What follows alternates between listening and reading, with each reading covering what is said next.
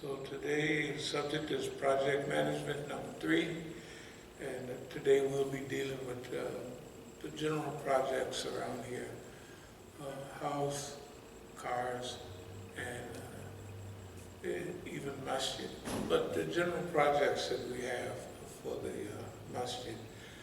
Before we start, is there any contribution anybody would like to make, or any questions that anyone might have, or any analysis, or any just general statements anyone might have?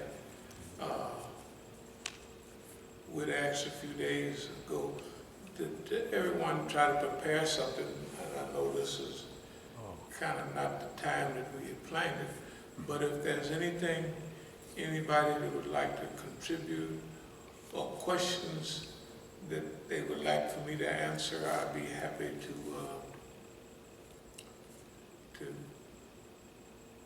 do it, inshallah. If not, we will just get started. Oh, did you have? No, I'm unprepared right now. I Okay, didn't well, come no, that's okay. That's all right. questions prepped. Yeah. Remember, we're on our own schedule. We're not on Right. boss man's schedule. And he say we got to do this by Friday. We got to.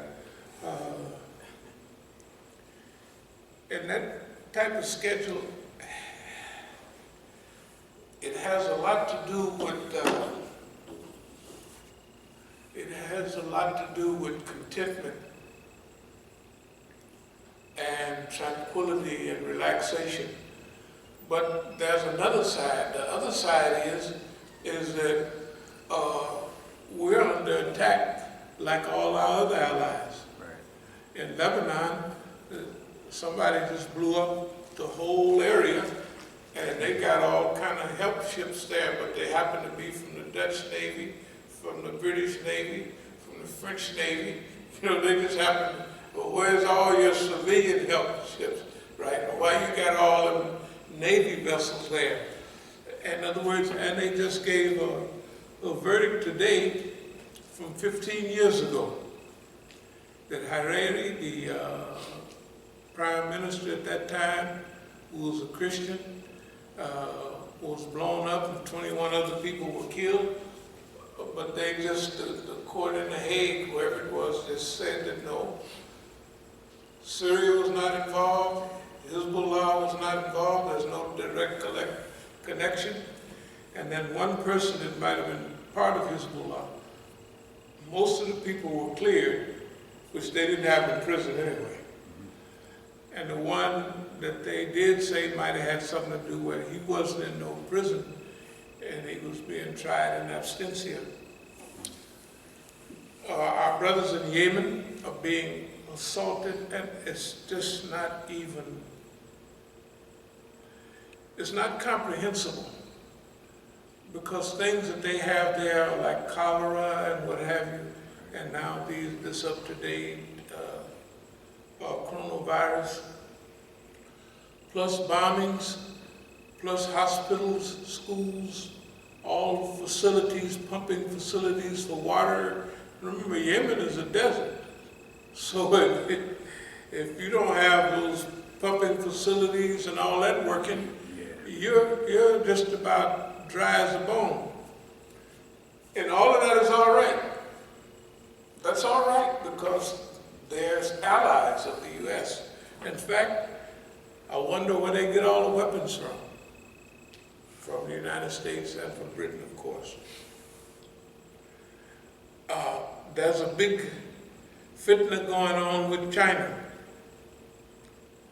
You're talking about paranoid. They are super paranoid of China. It's a little too late. They tried to break Iran. Haven't worked. Okay. Now we're talking about the good Iranians, not some of the ones that, well, even some of the ones that were here and went back were very good.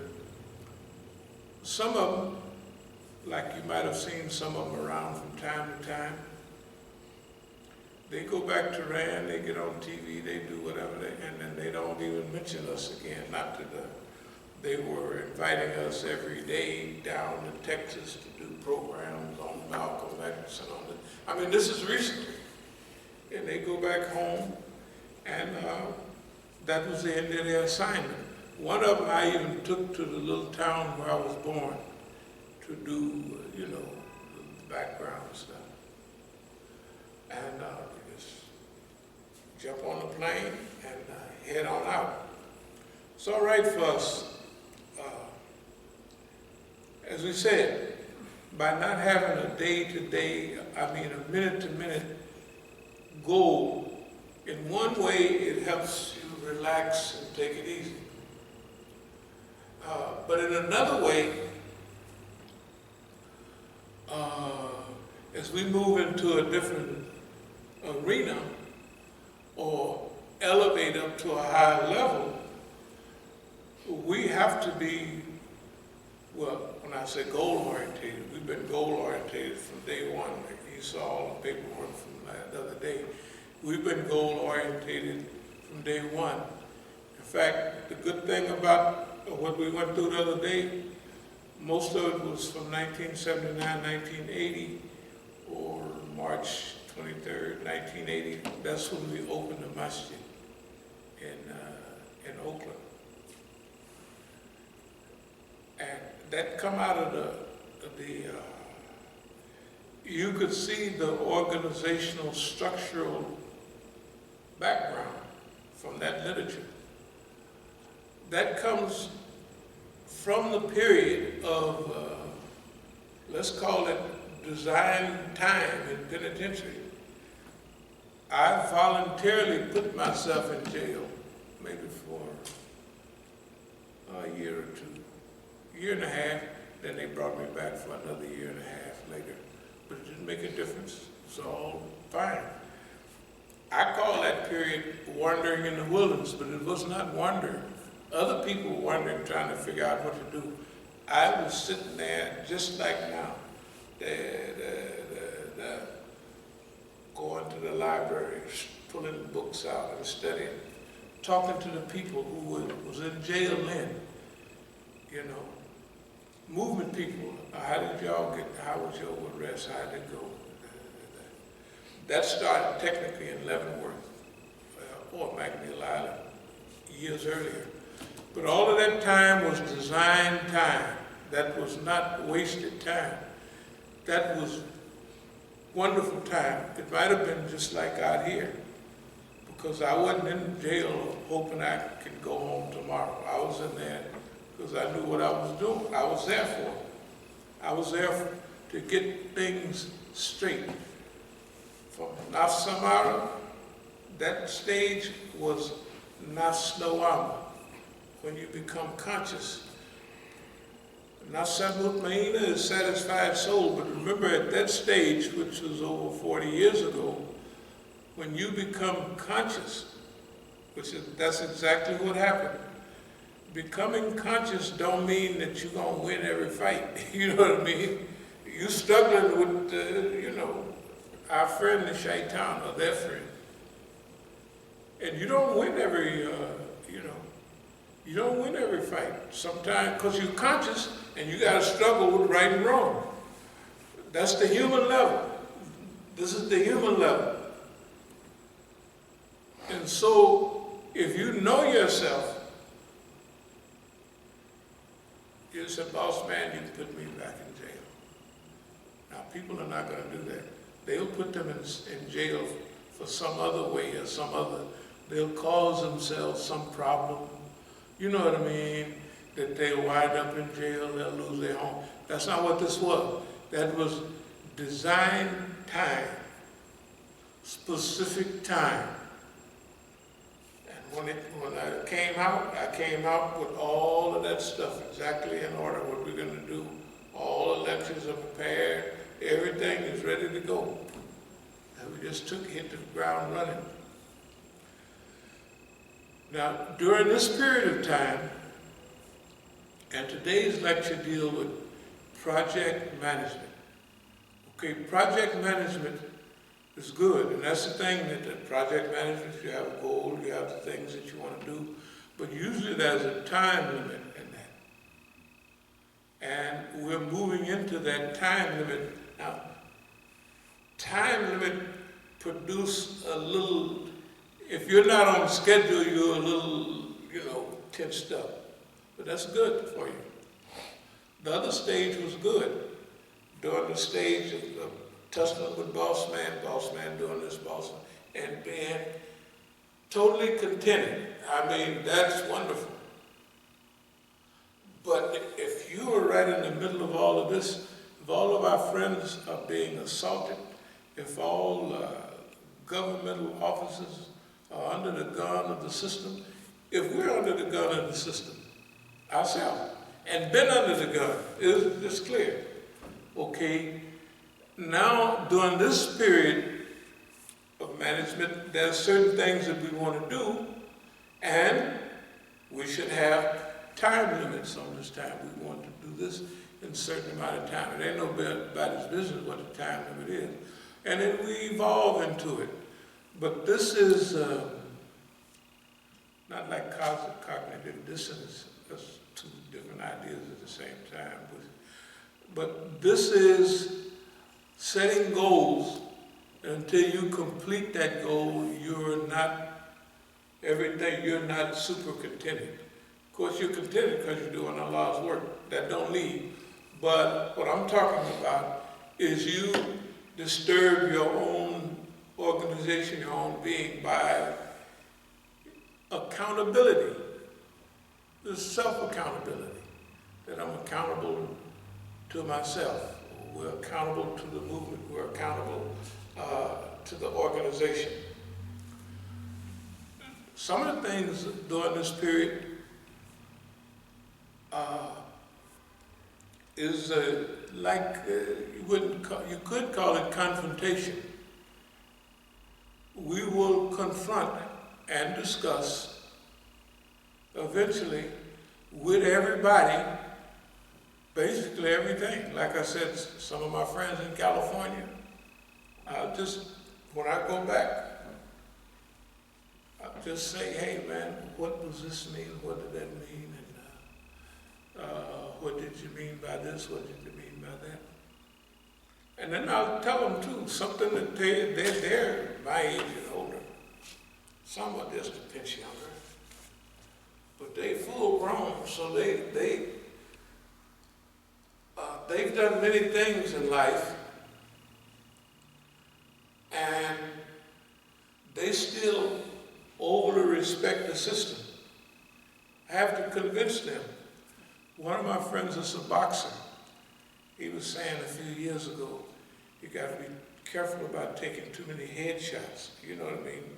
Because if you take a lot of headshots, like you remember Matthew Saad Muhammad years ago? He was good in Philadelphia. But that boy would lean out with his head and you could bust his head wide open. You already knew he's not going to last long. He's good, but he's not going to be there long because bam, bam, and he's going to be okay. So, at this time, my friend, very good friend, for decades and decades, over 50, 60 years, good God Almighty, over 60 years. He's trying to convince me because he's cooperating with the government for decades. Okay? So, cooperating with the government don't mean like they'll just dump you over the side of the building and throw garbage on you, you know.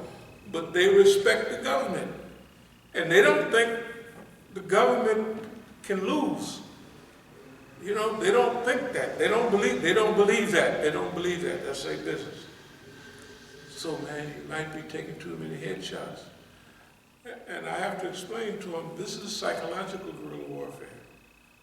I can't take any headshots. I'm giving them headshots. In other words, headshots mean that the psychological damage and all that. And I'm just talking to them, no, I don't know, it ain't none of that. I said, you just keep your eye open and you'll see. And I've talked to him and a few more friends on a pretty serious basis. But this is a different time. Look, Here's where we're going with this right here. It's not only legalization of drugs. Why legalization of drugs?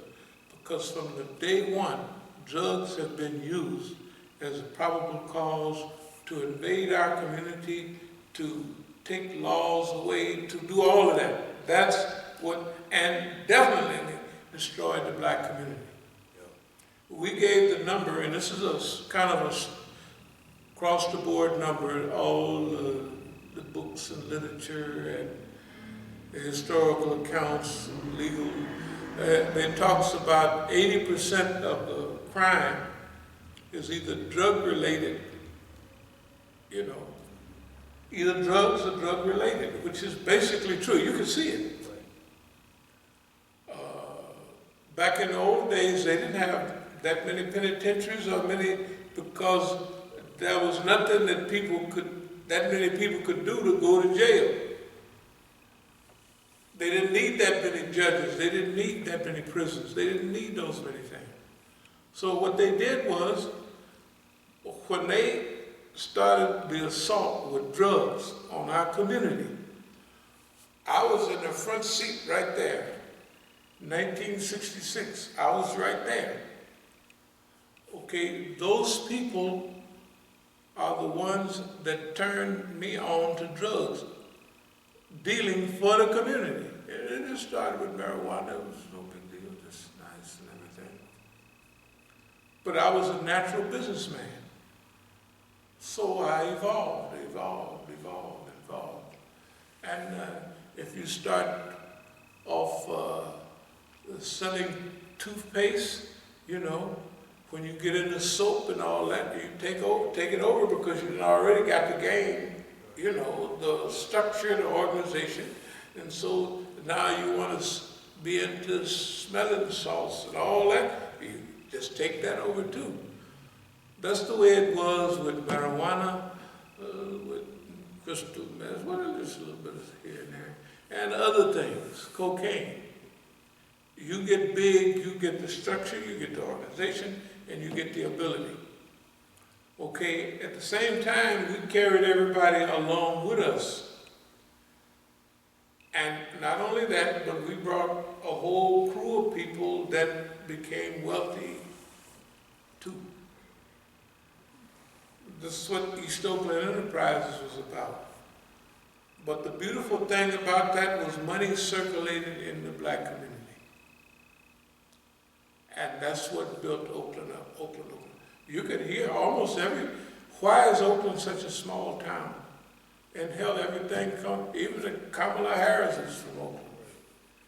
Right, you wonder, wait a minute, Everybody goes to Berkeley. Yeah, they go to Berkeley, then they go to, but see, remember, we talked about that triangle of history. Right. The white kids go to San Francisco, wear some flowers in your hair. The hippie movement, the white kids movement was headquartered in San Francisco. You go there, wear some flowers in your hair. The educated crew of the same mentality and everything, the white kids over in Berkeley. Right. Berkeley is right across the bay. You just go across the bay, you hit Oakland, but you go down another 2 miles and you turn right and you go into Berkeley. And then you have Oakland, the center of black nationalism at that time. Can you imagine? Yep. That's what made the Bay Area so deadly. It means like New York was not the center of the white kids movement. They had SDS and all of them back here, but the center was out there in San Francisco. Even remnants of them, Symbionese Liberation Army and all that. Do you remember Symbionese? Patty Hearst? Yeah. Changed the name to Tanya. All the funny stuff was coming out of there, and good stuff. We come out of that.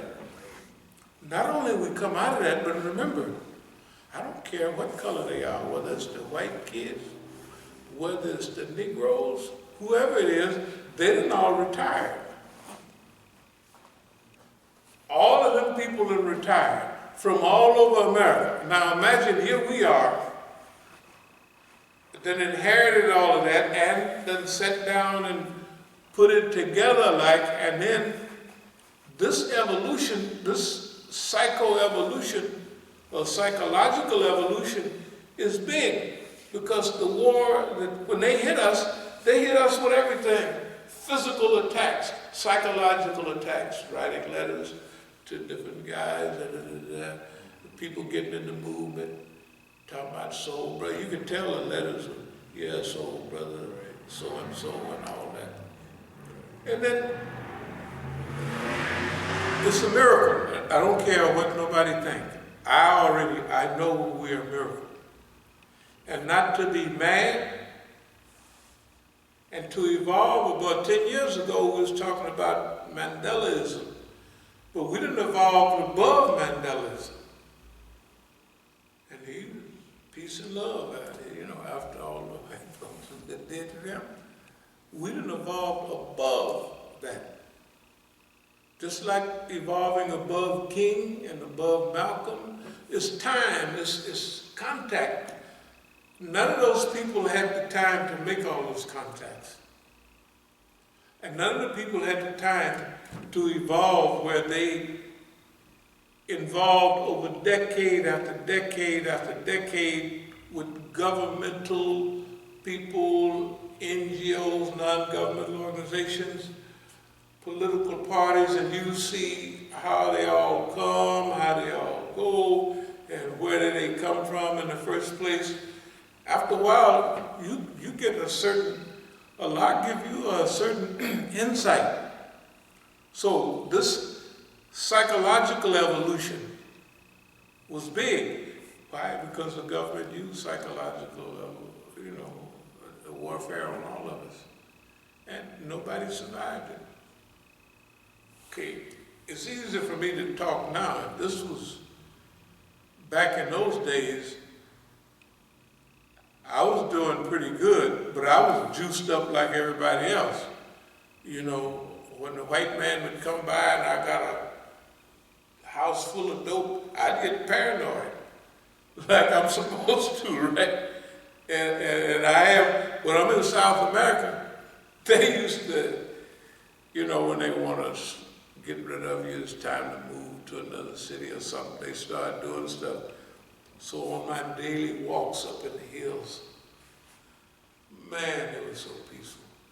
There's a little stream up in the hills that they'd have a little trout in them sometime. And when I'd first, at some of the stream, the water would be, real shallow, So